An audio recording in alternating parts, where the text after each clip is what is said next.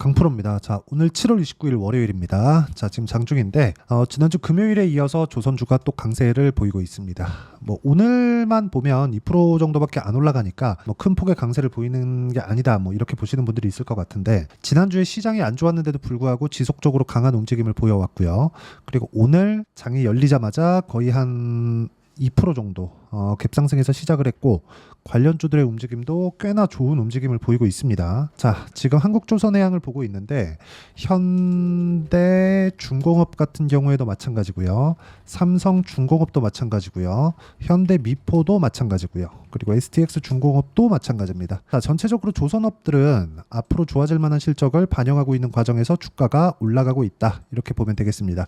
자, 근데 지금 봐야 되는 부분은 단기간의 상승폭이 꽤나 많이 나오다 보니까 여기 22평과의 이격도도 큰 폭으로 벌어져 있고 그리고 추가적으로 올라가는 과정에서 주가가 먼저 가기 때문에 62평과의 이격도 상당히 크게 벌어져 있습니다. 자, 지금 중요한 건 당장에 내가 여기서 뭐 매수하기보다 어떻게 타점을 잡아가야 되는지 그 내용에 대해서 판단을 하는 게 중요하고 이게 가격 전략이라고 제가 누차 이야기를 드리고 있죠. 자, 그리고 지금 제가 가격 전략이라고 말씀드렸는데 가격 전략에 앞서서 봐야 되는 부분은 실적치보다 가격이 먼저 반영한다는 겁니다. 가격이 올라갔을 때 실적이 좋아지는 상황이 나온다는 거예요. 자, 상황 한번 체크해 볼게요. 한국조선해양의 실적치는 올해 예상치가 1조 3천억입니다. 자, 그런데 2분기 실적을 보면 3,700억, 그렇죠? 3,700억의 이익을 냈고요. 그리고 1분기 대비해서 거의 100% 이상의 성장을 만들어냈습니다. 이건 어디서 왔을까요? 수주에서 왔습니다. 조선업은 수주 산업이에요. 그래서 수주가 늘어나는 부분 때문에 주가가 먼저 올라갔고 주가가 올라가는 과정에서 실적에 대한 확인을 거쳤기 때문에 앞으로 추가적으로 좋아질 수 있는 내용이 있다는 거고 그리고 지금 나온 그 조선업의 실적들은 일회성 요인이 아니라 경상적인 실적이라는 점에서 굉장히 긍정적으로 볼 수 있고 꾸준하게 실적이 좋아질 수 있는 상황인데 과거에 어느 정도까지 나빠졌었는지를 보면요. 자, 삼성중공업을 기준해서 우리가 한번 체크를 해보면 자, 이걸 보시면 됩니다. 삼성중공업이 지금 그쵸? 12,000원 정도에서 등락을 보이고 있는데 이걸 실적으로 전환시켜서 보잖아요. 그러면 과거에 장기 적자를 봐왔었던 게 연평균 1조 원 정도입니다. 자, 그런데 이 상황에서 현대중공업을 한번 보자고요. 그쵸? 한국조선해양이죠. 자, 한국조선해양을 보면 어떻습니까? 적자를 봐오는 과정에서 올해 1조 3천억을 달성했을 때 장기적인 적자를 봐왔었던 한 해 실적을 전환시키는 그 정도밖에 되지 않는다는 거죠. 실적이 전환되는 건 첫 번째 해라고 보시면 되고 그렇기 때문에 우리는 지금 가격적인 부분, 그렇죠? 이격을 좁혀가는 구간에서 가격적인 부분을 봐야 됩니다. 그리고 무엇보다 지금 28년도에 도크를 예약받고 있는 그 상태이기 때문에 앞으로 4년치의 일감은 전혀 문제가 없습니다. 자, 주가는 평균적으로 6개월 단위로, 그쵸?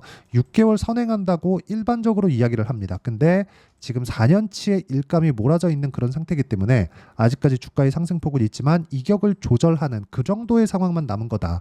여기서 내가 이격을 조절하는 과정에 전혀 그냥 생각 없이 여기서 그냥 매수하면 조정받고 다시 올라갈 때 털릴 수 있기 때문에 가격적인 부분은 그 무엇보다 중요하고요.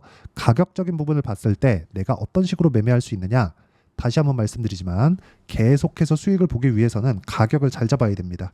자, 같은 조선주인데 자, 여기 STX중공업 보겠습니다. 자, 제가 금요일 날도 매수를 했고요. 그리고 지난주에 시장이 안 좋은 가운데 계속해서 매수를 이어왔는데 여기 고가 돌파한 구간부터 꾸준하게 매매한 결과 36%, 14% 정도의 수익 구간을 만들어냈다는 게 중요합니다. 자, 그리고 이런 상황은 다른 종목에서도 동일하게 작용합니다. 타점을 보라는 거고 자, 내용 보겠습니다. 오늘 반등을 하고 있는 YC 같은 경우에 보더라도 지금 저는 보유하고 있지 않지만 지금 반등을 확인했고 이쪽 구간에서 다시 매물 소화 과정을 거치고 매수 타점을 잡을 건데 자, 과거에 어떻게 매매를 했는지 보시면 됩니다. 고가 돌파, 고가 돌파, 고가 돌파 계속해서 매수를 이어왔고 여기 한 5% 정도 손절하는 구간이 있지만 밑에 내려보면 8%, 17% 밑으로 내려보면 20%씩 이렇게 수익 구간을 만들어냈고 이 내용에 대한 부분을 제가 여기 소통방에서 공유를 해드리고요. 그리고 주말에 진행하는 라이브에서 어떤 식으로 매매를 진행해야 되는지 그 부분을 함께 공유를 해드리고 있으니까 한국조선해양 그리고 다른 조선주들의 실시간 타점이나 그리고 고가 돌파 종목군의 실시간 타점, 즉 가격 전략을 어떻게 해야 되는지 잘 모르겠다 하시는 분들은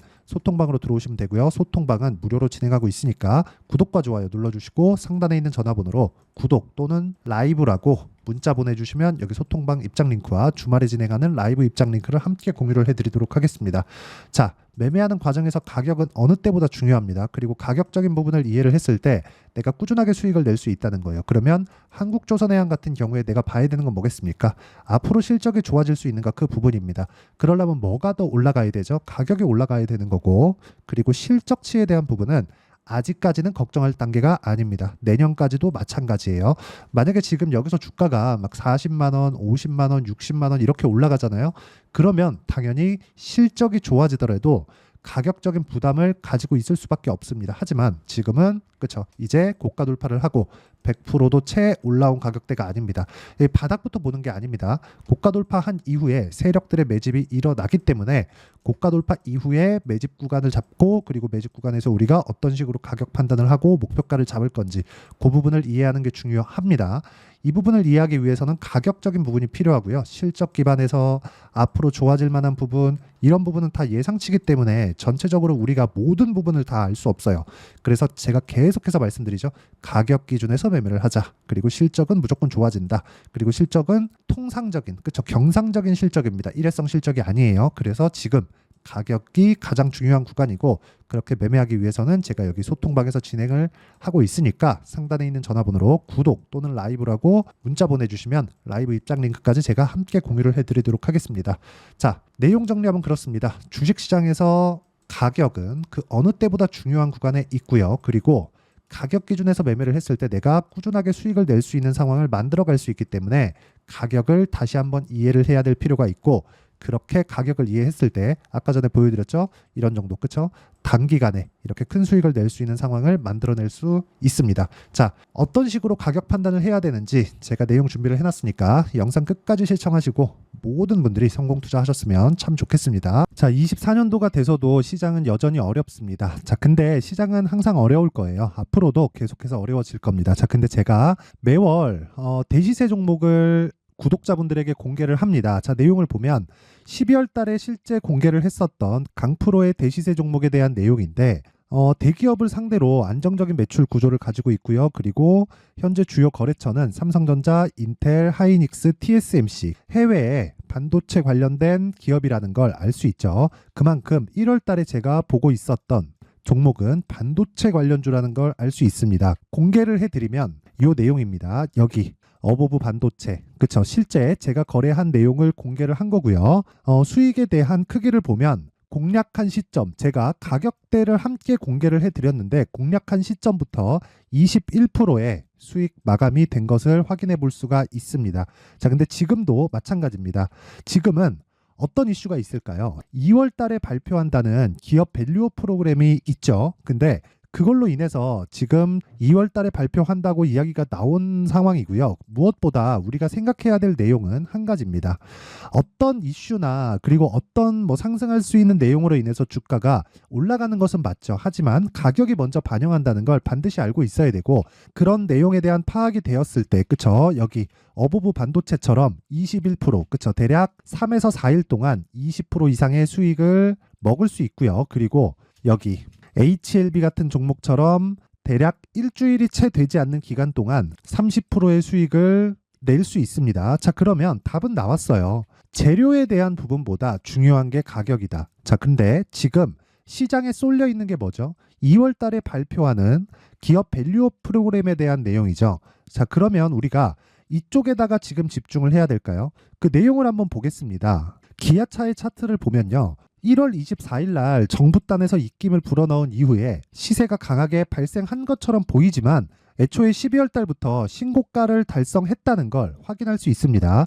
자, 그러면 우리가 스케줄을 따져봤을 때 우리가 어디를 봐야 될까요? 4월 달 총선을 봐야 됩니다. 드디어 때가 온 거죠. 4월 달 총선이 끝나면 그 뒤엔 뭐가 있죠?